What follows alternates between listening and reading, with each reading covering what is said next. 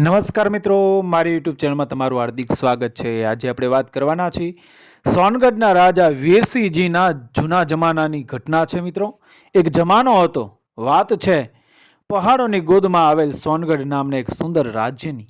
આ રાજ્ય એટલું લીલુંછમ હતું કે જાણે ધરતીએ લીલી ચૂંદડી ઓઢી હોય। અને એ સોનગઢની વચ્ચોવચ એક મોટું અને ચમકતું સરોવર હતું। એ સરોવરનું પાણી ચાંદી જેવું રૂપકડું ને ચોખ્ખું હતું, એટલે લોકો એને રૂપેરી સરોવર કહેતા। એ સોનગઢના રાજા હતા વીરસિંહજી। રાજા વીરસિંહજીને એકની એક દીકરી હતી, જેનું નામ હતું રૂપકુંવર। નામ પ્રમાણે જ રૂપકુંવર તો જાણે સ્વર્ગમાંથી ઉતરી આવેલી અપ્સરા જેવી હતી। એના ગાલ ગુલાબ જેવા લાલ, આંખો હરણ જેવી મોટી અને વાળ રેશમ જેવા મુલાયમ હતા। જ્યારે હસતી ત્યારે આખા મહેલમાં જાણે દીવા પ્રગટી જતા। રૂપકુંવરનો સ્વભાવ પણ તેના રૂપ જેટલો જ સુંદર હતો। તે ખૂબ દયાળુ હતી અને જીવજંતુઓ પર પણ પ્રેમ વરસાવતી। રૂપકુંવરનો આખો દિવસ મહેલના બગીચામાં અને રૂપેરી સરોવરના કિનારે પસાર થતો। તેને સરોવર ખૂબ ગમતું। તે કિનારે બેસીને પાણીમાં પગ બોળીને બેસે અને આકાશમાં ઉડતા પંખીઓને જુએ। એક દિવસ સવારનો સમય હતો। સૂરજ હજી હમણાં જ ઉગ્યો હતો અને એનો સોનેરી તડકો સરોવરના પાણી પર પડતો હતો। રૂપકુંવર એકલી સરોવર કિનારે તેના મનગમતા સફેદ આરસના પથ્થર પર બેઠી હતી। તે પાણીમાં નાની માછલીઓને દાણા નાખી રહી હતી। ત્યાં અચાનક આકાશમાં એક ચમકતી વસ્તુ દેખાઈ। તે ધીરે ધીરે નીચે આવી અને ઘમ કરતી એ સરોવરના કિનારે ઉભેલા જાંબુના ઝાડની ડાળી પર બેસી ગઈ। રૂપકુંવરે આંખો ઝીણી કરીને જોયું। અરે, આ તો કોઈ સામાન્ય પંખી નહોતું, આ તો હતો રાજહંસ। પણ આ રાજહંસ તો અલગ જ હતો। તેના પીછા જાણે મોતીના બન્યા હોય એવા સફેદ અને ચમકદાર હતા। તેની ચાંચ સોના જેવી પીળી હતી અને તેની આંખોમાં તો જાણે તારાઓ ચમકતા હતા। તે એટલો સુંદર હતો કે રૂપકુંવર તો જોતી જ રહી ગઈ। રૂપકુંવરની નજર તેના પરથી હટતી જ નહોતી। રાજહંસ ઝાડની ડાળી પર શાંતિથી બેઠો હતો, પણ તે દુઃખી લાગતો હતો। તેના એક પગમાં સહેજ લોહી દેખાતું હતું, જાણે કોઈ તીક્ષ્ણ વસ્તુ વાગી હોય। રૂપકુંવરનું હૃદય પીગળી ગયું। તે ધીમે ધીમે ઊભી થઈ અને રાજહંસ પાસે ગઈ। ઓ પંખીરાજ, ડરીશ નહીં, હું તને કોઈ નુકસાન નહીં પહોંચાડું। રૂપકુંવરે એકદમ ધીમા અને મીઠા અવાજે કહ્યું, તને વાગ્યું છે નહીં? રાજહંસ પોતાનું માથું સહેજ નમાવ્યું, જાણે તે રૂપકુંવરની વાત સમજતો હોય। રૂપકુંવરે ધીમેથી તેના હાથ લાંબા કર્યા અને હળવેકથી રાજહંસને ઉપાડી લીધો। રાજહંસ આટલી સુંદર રાજકુમારીના હાથમાં આવતી શાંતિ અનુભવી રહ્યો હતો। રૂપકુંવર તેને લઈને મહેલના બગીચામાં આવી। તેણે તરત જ દાદીમાએ શીખવેલી જડીબુટ્ટીઓનો લેપ બનાવ્યો અને રાજહંસના ઘા પર ખૂબ પ્રેમથી લગાવ્યો। થોડી જ વારમાં રાજહંસને રાહત થઈ। તે રૂપકુંવરના હાથ પર શાંતિથી બેઠો રહ્યો અને પ્રેમથી તેની આંગળીઓને પોતાની ચાંચથી હળવેકથી અટકાવી। આ હતી રૂપકુંવર અને રાજહંસની પહેલી મુલાકાત। તે દિવસે રાતે રૂપકુંવરની આંખોમાં ઊંઘ નહોતી। તેના મનમાં બસ એ રાજહંસની સુંદરતા અને તેની નિર્દોષ આંખો જ ઘૂમતી હતી। અને રાજહંસ પણ તે આ રાજકુમારીને ક્યારેય ભૂલી શકે તેમ નહોતો। તે જ રાતથી રૂપકુંવર અને રાજહંસનું એક અનોખું બંધન બંધાયું। રાજહંસ પણ હવે રોજ સવારે વહેલો રૂપકુંવરની બારી પાસેના જાંબુના ઝાડ પર આવીને બેસતો। રૂપકુંવર ઉઠે એટલે તરત જ તે રાજહંસ પાસે જતી। તે તેને પોતાના હાથે દાણા ખવડાવતી અને રૂપેરી સરોવરના પાણીમાં સાથે બેસતી। ધીમે ધીમે આ બંને એકબીજાના સૌથી સારા મિત્ર બની ગયા। રૂપકુંવર પોતાના દિલની દરેક વાત રાજહંસને કહેતી। તે બોલી શકતો નહોતો, પણ તેની મોટી સમજદાર આંખોમાં એવો ભાવ હતો કે જાણે તે રૂપકુંવરની બધી જ વાત એ સમજતો હોય। એક દિવસ બપોરના સમયે રાજા વીરસિંહજી શિકાર કરવા ગયા હતા। મહેલમાં શાંતિ હતી। રૂપકુંવર રાજહંસ સાથે સરોવર કિનારે બેઠી હતી। રૂપકુંવરે લાડથી કહ્યું, હંસરાજ, તું કેટલો સુંદર છે। તને જોઈને મને ક્યારેક એવું થાય છે કે તું કોઈ સામાન્ય પંખી નથી. તું ક્યાંથી આવ્યો છે? તારા રાજ્યમાં તારી કોણ રાહ જોતા હશે? રૂપકુંવરની આ વાત સાંભળીને રાજહંસે અચાનક પોતાની પાંખો ફફડાવી. તેણે પાણીમાંથી એક નાનું ચમકદાર મોતી ઉપાડ્યું અને રૂપકુંવરના હાથમાં મૂક્યું. રૂપકુંવર આ જોઈને આશ્ચર્ય પામી. રૂપકુંવરે પૂછ્યું, ઓહ, આ મોતી? શું તું એવું કહેવા માંગે છે કે તું કોઈ એવા રાજ્યમાંથી આવ્યો છે જ્યાં મોતીઓ મળે છે? ત્યારે અચાનક એક જાદુ થયો. સરોવરના પાણીમાંથી એક સોનેરી પ્રકાશ ઊભો થયો. એ પ્રકાશ રાજહંસ પર પડ્યો. રૂપકુંવરની આંખો અંજાઈ ગઈ. તેણે જોયું કે રાજહંસનું શરીર ધ્રુજી રહ્યું હતું. ધીરે ધીરે પેલા સુંદર રાજહંસની જગ્યાએ એક ખૂબ જ રૂપાળો યુવાન રાજકુમાર ઊભો થઈ ગયો. તેના માથા પર સોનાનો મુગટ હતો અને તેના કપડાં આકાશના વાદળા જેવા સફેદ હતા. તેની આંખોમાં એ જ તારા જેવી ચમક હતી જે રાજહંસની આંખોમાં હતી. રૂપકુંવર તો ડરીને એક ડગલું પાછળ હટી ગઈ. રૂપકુંવર, ડરીશ નહીં, હું જ તારો રાજહંસ છું. રાજકુમારે ધીમા પણ મધુર અવાજે કહ્યું. રૂપકુંવર આશ્ચર્યથી અને ખુશીથી બોલી, તમે? પણ આ કેવી રીતે? આ બધું શું છે? રાજકુમારે લાંબો શ્વાસ લીધો અને પોતાની કહાની કહેવાનું શરૂ કર્યું. મારું નામ છે રાજકુમાર હંસરાજ. હું દૂર આવેલા મયુર દેશનો રાજકુમાર છું. મારા દેશ પર એક દુષ્ટ જાદુગરની નજર હતી. તે મારી માતાને પરણવા માંગતો હતો. મારી માતાએ ના પાડી એટલે તે જાદુગરે ક્રોધમાં આવીને મારા પર એક ભયંકર શ્રાપ આપ્યો. એ શ્રાપ મુજબ હું દિવસના સમયે રાજહંસ બની જતો હતો અને ફક્ત રાતના સમયે કે પછી જ્યારે કોઈ ખૂબ જ પ્રેમથી મને સ્પર્શે ત્યારે જ હું માણસ બની શકું. પણ તે માટે પણ અમારે આ મયુર દેશની હદ છોડવી પડે, નહીં તો જાદુગરને ખબર પડી જાય. રાજકુમાર હંસરાજની આંખોમાં પાણી આવી ગયું.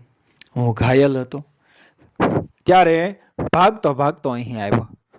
મને લાગ્યું કે હું કદાચ બચી નહીં શકું, પણ તારા પ્રેમ અને દયાએ મને બચાવ્યો. તારા હાથના સ્પર્શમાં એટલો પ્રેમ હતો કે હું તારી સામે એ માણસના રૂપમાં ઊભો છું. રૂપકુંવરનું હૃદય પીગળી ગયું. તેને રાજહંસ પર ખૂબ પ્રેમ આવ્યો. હવે તો તે એક યુવાન રાજકુમાર હતો. રૂપકુંવરે ભાવુક થઈને કહ્યું, હંસરાજ, મને માફ કરજે, હું જાણી ન શકી. હંસરાજે તેનો હાથ પકડ્યો અને બંને એકબીજાની આંખોમાં ખોવાઈ ગયા. તેમને ખબર પડી ગઈ હતી કે આ માત્ર એ મિત્રતા નથી, આ તો પ્રેમ છે. એ દિવસે તેમણે પહેલી વાર પોતાના હૃદયની વાત એકબીજાને કરી. સરોવરના કિનારે ચાંદીના પાણીની સામે રૂપકુંવરે હંસરાજને વચન આપ્યું કે તે હંમેશા તેનો સાથ આપશે. પણ આ પ્રેમની વાર્તા સાંભળવા વાળું કોઈ બીજું પણ હતું. મહેલની બારીમાંથી એ રાજા વીરસિંહજીનો એક ઈર્ષ્યાળો અને ખરાબ સ્વભાવનો મામાનો દીકરો મલયસિંહ આ બધું છુપાઈને જોઈ રહ્યો હતો. મલયસિંહ રૂપકુંવર સાથે લગ્ન કરીને સોનગઢનો રાજા બનવા માંગતો હતો. રાજકુમાર હંસરાજને જોઈને તેના ક્રોધનો પાર ન રહ્યો. એક પંખી અને પછી રાજકુમાર, મારે રૂપકુંવરને કોઈ બીજાની નથી થવા દેવી. મલયસિંહે મનમાં ગુસ્સાથી વિચાર્યું. તેણે પ્રતિજ્ઞા લીધી કે તે ગમે તે ભોગે આ બંનેને અલગ કરશે. રૂપકુંવર અને રાજકુમાર હંસરાજ એકબીજાના પ્રેમમાં એટલા ડૂબેલા હતા કે તેમને દુનિયાની કોઈ ચિંતા નહોતી. હંસરાજ એ મોડી રાત સુધી રૂપકુંવરની પાસે રહેતો ને સવાર પડતા પહેલા ફરીથી રાજહંસ બનીને એ સરોવર પર ઉડી જતો. પરંતુ તેમના નિર્દોષ પ્રેમ પર મલયસિંહની ખરાબ નજર પડી ગઈ હતી. મલયસિંહ ઈર્ષ્યાની આગમાં બળી રહ્યો હતો. તેણે નક્કી કર્યું કે તે હંસરાજને ખતમ કરીને રૂપકુંવરને મેળવી લેશે. એક દિવસ રાજા વીરસિંહજી રાજ્યના કામથી એક અઠવાડિયા માટે બહાર ગામે જવાના હતા. મલયસિંહે આ જ સમયનો એક ફાયદો ઉઠાવવાનું નક્કી કર્યું. મલયસિંહ જાણતો હતો કે હંસરાજ રાત્રે જ માણસ બની શકે છે. તેણે ખૂબ જ ગંદુ કાવતરું ઘડ્યું. તે જંગલમાંથી એક શિકારીને પૈસા આપીને એ લાવ્યો અને એને સૂચના આપી કે જ્યારે આકાશમાં પહેલો તારો દેખાય ત્યારે તે સરોવર કિનારે આવીને રાહ જોવે. એ દિવસે રાતે રાજકુમાર હંસરાજ રાબેતા મુજબ રૂપકુંવરને મળવા માટે આવ્યો. તેઓ બંને સરોવર કિનારે બેઠા હતા અને ભવિષ્યના સપના જોઈ રહ્યા હતા. રૂપકુંવરે હંસરાજની છાતી પર માથું મૂકીને ધીમા અવાજે કહ્યું, હંસરાજ, મને ડર લાગે છે. જો મારા પિતાજીને ખબર પડશે તો શું થશે? ડરીશ નહીં રૂપકુંવર, આપણે જલ્દી એ જાદુગરનો શ્રાપ તોડીશું અને પછી હું તારા પિતાજી પાસે આવીશ અને તારો હાથ માંગીશ. આપણે આખી જિંદગી સાથે રહીશું. હંસરાજે તેને પ્રેમથી સાંત્વના આપી. જેવા તેઓ ઊભા થયા કે તરત જ ઝાડીઓમાંથી એક તીર સનનન કરતું છૂટ્યું. મલયસિંહે કાવતરું ઘડ્યું હતું કે જ્યારે હંસરાજ માણસના રૂપમાં હોય ત્યારે તેને મારી નાખો. જો તે પંખીના રૂપમાં હોય તો મલયસિંહને રાજાના ગુસ્સાનો ડર હતો. તીર સીધું રાજકુમાર હંસરાજના ખભામાં વાગ્યું. આહ કરીને હંસરાજ જમીન પર ઢળી પડ્યો. રૂપકુંવરે જોરથી ચીસ પાડી. હંસરાજ! તેનું આખું શરીર ધ્રુજી ઉઠ્યું. તે તરત જ હંસરાજ પાસે દોડી ગઈ. મલયસિંહ અને શિકારી ત્યાંથી અંધારામાં ભાગી ગયા. રૂપકુંવર રડતી તેને ઘાયલ હંસરાજના માથાને પોતાના ખોળામાં લઈને બેઠી હતી. રૂપકુંવરે રડતા રડતા કહ્યું, હંસરાજ, તને શું થઈ ગયું? ઊભો થા મારા રાજા. તેના આંસુ હંસરાજના ચહેરા પર પડતા હતા. હંસરાજનું શરીર નબળું પડી ગયું હતું. તે ધીમે ધીમે બોલ્યો, રૂપકુંવર, મારો સમય પૂરો થઈ રહ્યો છે. સવાર થવાની છે. જો હું હમણાં જ માણસમાંથી પંખી નહીં બનું તો હું કાયમ માટે મરી જઈશ. તેના આ શબ્દ સાંભળીને રૂપકુંવરના હૃદયમાં જાણે કોઈએ તીક્ષ્ણ ખંજર મારી દીધું હોય. રૂપકુંવરે જોરથી રડીને કહ્યું, ના, હું તને ક્યાંય નહીં જવા દઉં. તારા વિના હું જીવી નહીં શકું. અને હંસરાજની આંખોમાં પણ આંસુ હતા. મારે જીવવું છે રૂપકુંવર, તારા માટે, પણ આ જાદુ શ્રાપ મારો જીવ લઈ લેશે. રૂપકુંવર સમજી ગઈ કે આ તેનું છેલ્લું મિલન હોઈ શકે છે. તેણે પોતાની બધી શક્તિ એકઠી કરી. તેણે હંસરાજને છેલ્લી વાર ગળે લગાવ્યો અને રડતા રડતા તેના ઘા પર હાથ મૂક્યો. ત્યાં જ આકાશમાં આછો પ્રકાશ ફેલાવાનો શરૂ થયો. હંસરાજનું શરીર ધ્રુજવા લાગ્યું. તે પીડાથી કણસતો હતો. ક્ષણવારમાં તે રૂપેરી સરોવરના કિનારે લોહીથી લથબથ એક ઘાયલ રાજહંસ બની ગયો. તે રાજહંસ પોતાની અધૂરી પ્રેમ કથાની વેદના સાથે પાંખો ફફડાવીને આકાશ તરફ ઉડી ગયો. તે ધીરે ધીરે ઊંચે જઈ રહ્યો હતો, જાણે સ્વર્ગ તરફ જઈ રહ્યો હોય. રૂપકુંવર સરોવરના કિનારે લોહીના ધબ્બાઓ પાસે ઘૂંટણીએ પડીને જોર જોરથી રડી રહી હતી. તેના હૃદયનો ટુકડો જાણે ઉડી ગયો હતો. તે રાજહંસને દૂર જતા જોઈ રહી. પાછા આવજો મારા હંસરાજ, હું તમારી રાહ જોઈશ હંમેશા. તેના મોઢામાંથી માત્ર આટલું જ નીકળી શક્યું. આંસુ અને દુઃખની એ રાત રૂપકુંવર માટે કાયમની યાદ બની ગઈ. રાજકુમાર હંસરાજને તીર વાગ્યાને અને તેને ઉડી ગયાને એ 1 મહિનો વીતી ગયો હતો. રૂપકુંવરના જીવનમાં હવે માત્ર ઉદાસીનતા જ હતી. તે હસવાનું ભૂલી ગઈ હતી. તે દિવસ રાત સરોવર કિનારે બેસી રહેતી અને આકાશમાં તે રાજહંસની રાહ જોતી. રાજા વીરસિંહજી પાછા આવ્યા ત્યારે તેમણે દીકરીની આ હાલત જોઈ. રૂપકુંવરે બહાદુરી કરીને રાજાને મલયસિંહના કાવતરા વિશે બધી વાત કહી દીધી. રાજા વીરસિંહજીને ખૂબ ગુસ્સો આવ્યો. તેમણે તરત જ મલયસિંહને પકડીને સજા આપી અને તેને રાજ્યમાંથી બહાર કાઢી મૂક્યો. પણ રૂપકુંવરને તો તેના રાજહંસ પાછો જોઈતો હતો.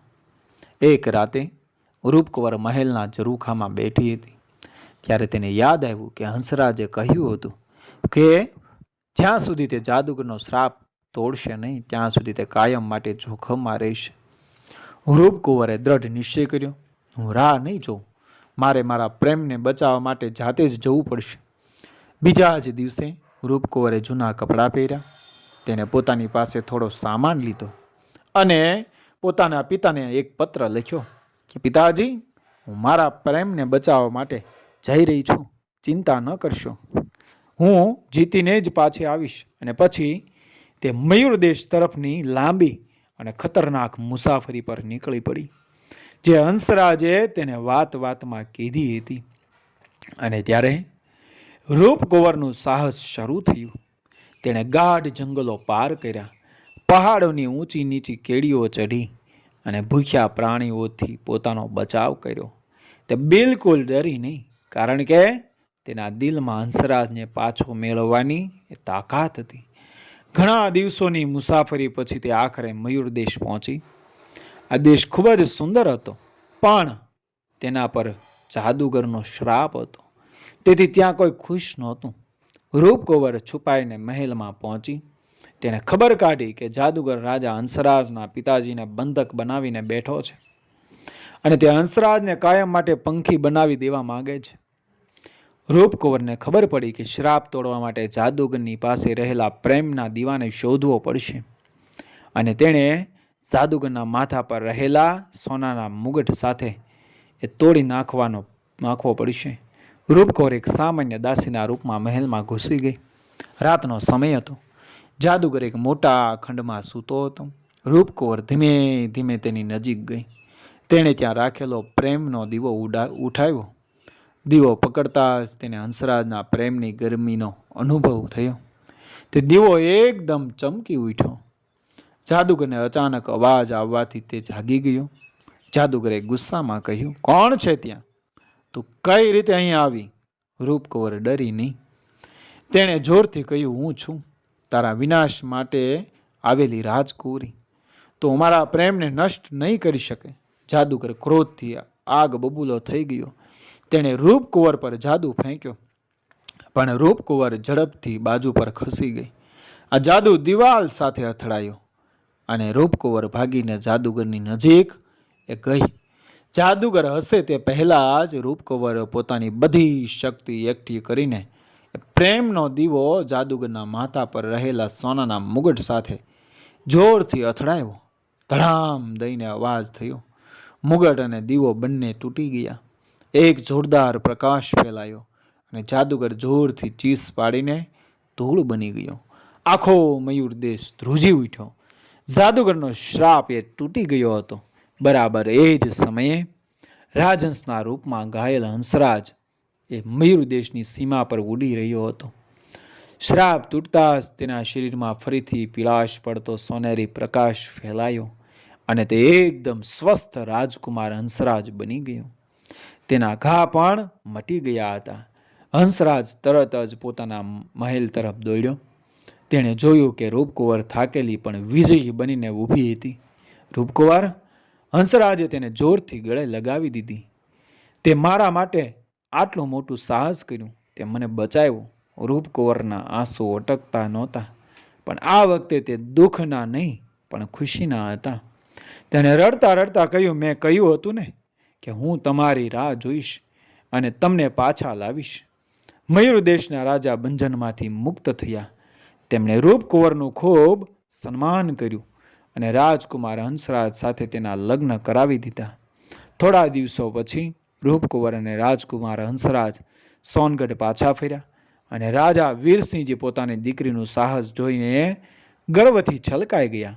આખા સોનગઢમાં મોટી ઉજવણી થઈ અને પછી રાજકુમારી રૂપકુંવર અને રાજકુમાર હંસરાજ, જેમનો પ્રેમ હંસના રૂપમાં શરૂ થયો હતો, તે હંમેશ માટે ખુશીથી એ જીવવા લાગ્યા. મિત્રો, વિડીયો પસંદ આવ્યો મારી ચેનલ સબસ્ક્રાઈબ કરો, ફોલો કરો, શેર કરો. મળીએ આવી જ ઘટનાને પ્રેરણાદાયક વાર્તાઓ સાથે આગળના વિડીયોમાં. બન્યા રહેજો મારી ચેનલ સાથે. જય શ્રી કૃષ્ણ. રાધે રાધે.